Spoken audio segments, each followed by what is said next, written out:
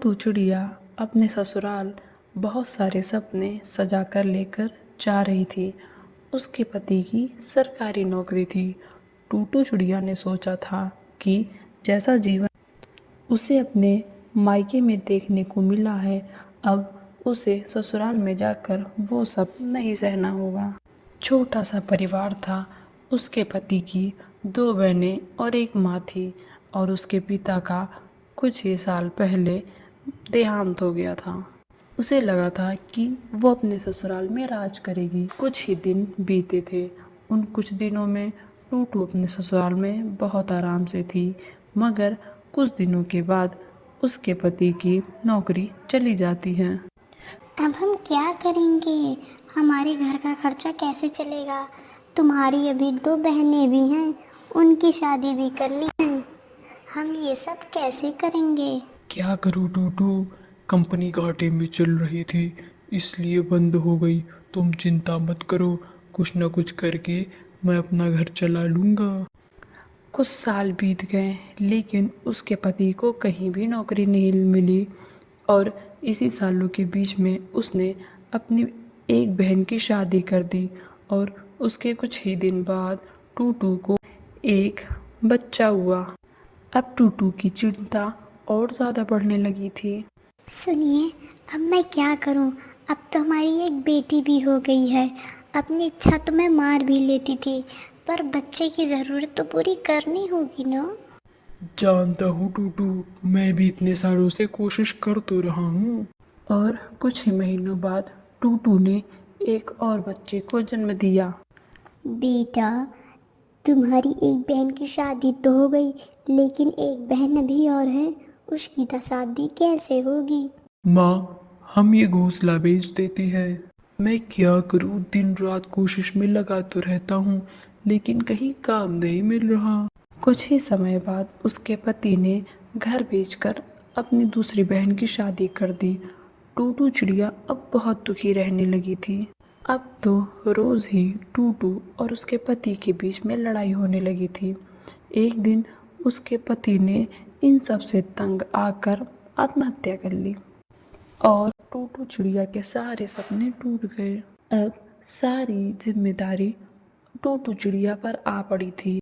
उसकी दोनों बच्चियां, उसकी सास और घोंसले का किराया, ये सब अब टूटू चिड़िया को ही करना था। टूटू चिड़िया को गरीब और परेशान देखकर कुछ पंछी पुराने कपड़े दे जाते थे, तो कुछ कभी खाने की कुछ मदद कर दिया करते थे। माँ, सारे पैसे खर्च हो चुके हैं।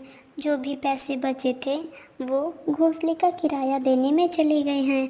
अब मुझे ही कुछ काम करना होगा। जिस गरीबी में मैंने अपने दिन गुजारे हैं, मैं नहीं चाहती हूँ कि मेरी बच्चियाँ भी उसी गरीबी में अपने दिन गुजारें। मगर तू करेगी क्या बहू, अपना काम करने के लिए कुछ पैसे भी तो चाहिए। कोई बात नहीं माँ, कोई तो हमारी मदद कर ही देगा। टूटू चिड़िया ने अपने सारे रिश्तेदारों से मदद मांगी, क्योंकि अब टूटू बहुत गरीब हो चुकी थी, तो उसके किसी भी रिश्तेदार ने उसकी मदद नहीं की, ये सोचकर कि ये इतनी गरीब है, ये हमारे पैसे कैसे वापस करेगी।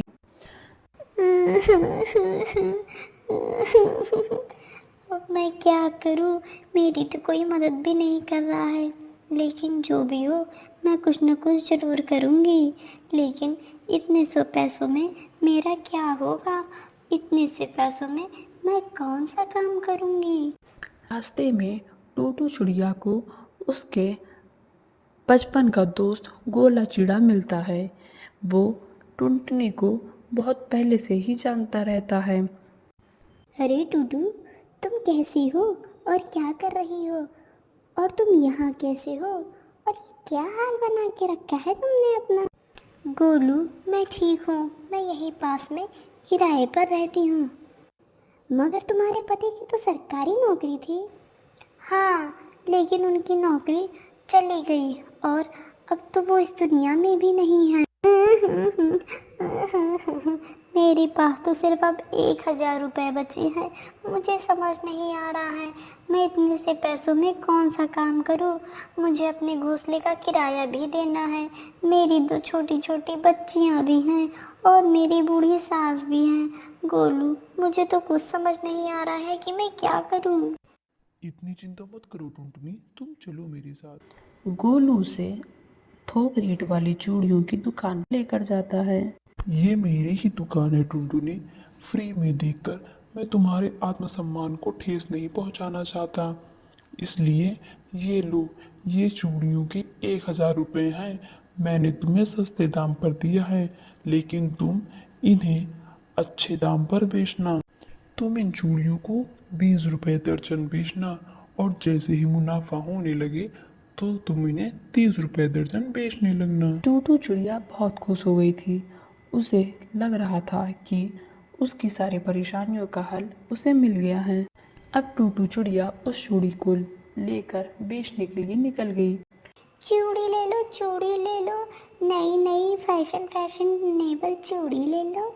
वो डाल डाल पर जाकर चूड़ियाँ बेचती थी और बीच बीच में आकर अपनी बेटियों को भी देख लिया करती थी।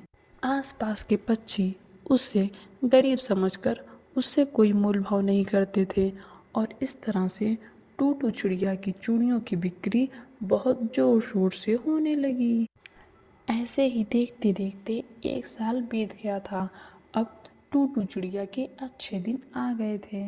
ये कहानी बहुत समय पहले की है।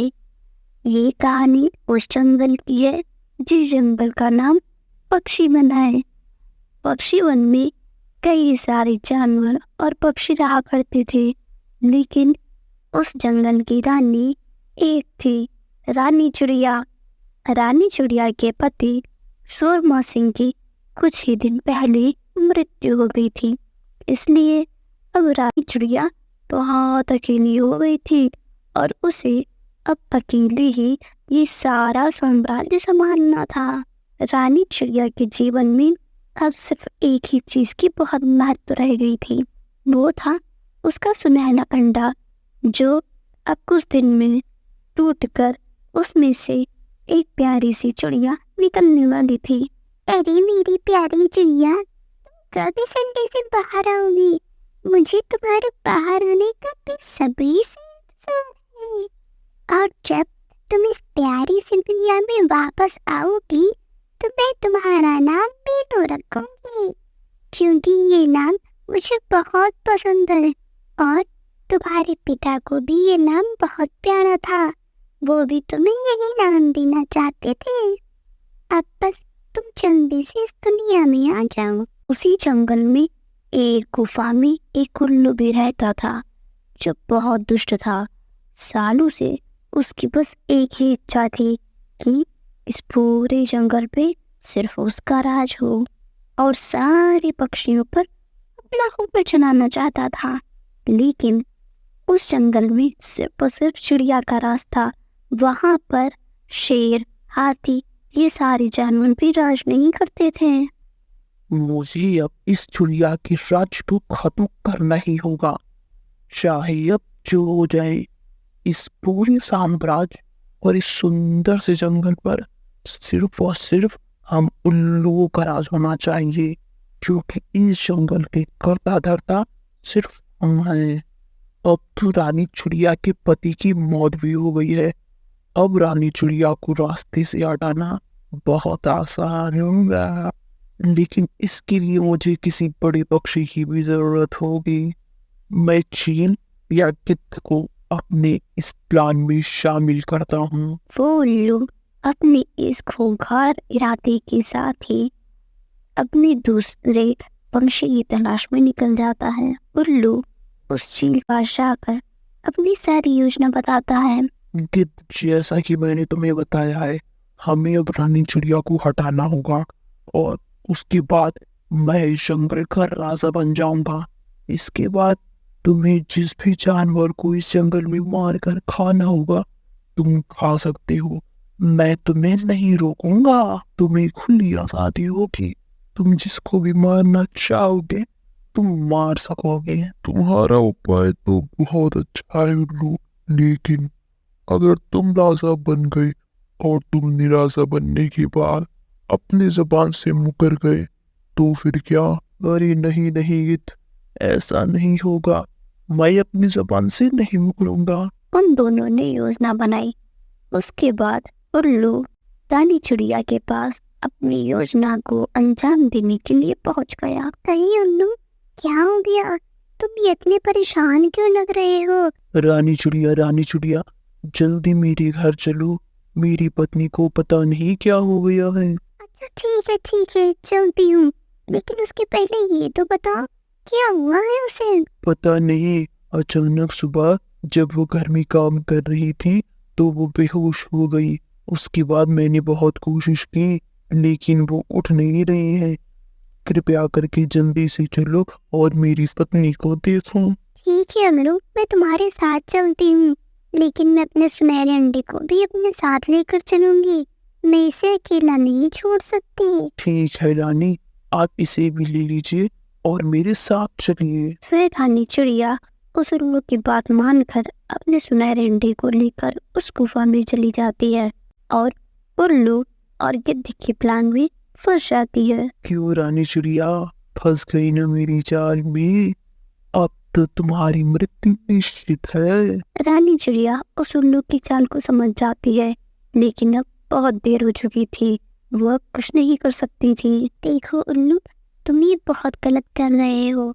मैं नहीं तो कोई और चिड़िया तुम्हें इस गलती की सजा जरूर देगी। रानी चिड़िया, मैंने सुना है कि इस पक्षीपुर जंगल में तुम चिड़िया ही सिर्फ राज कर सकती हो, पर अब तुम्हें मारने के बाद हम भी इस जंगल में राज करेंगे। वो गिर की सजा रानी चिड़िया को मार डालता है।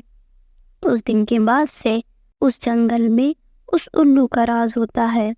जैसा कि उल्लू ने चील से वादा किया था कि वो किसी भी जानवर को उसको मारने से नहीं रोकेगा, ठीक वैसा ही हुआ। जब भी उस चील का मन करता वो जंगल के किसी भी पक्षी को मार डालता और उल्लू राजा होने के नाते भी उसे नहीं रोकता था। फिर क्या था, उस जंगल की हालत दिन ब दिन खराब होती गई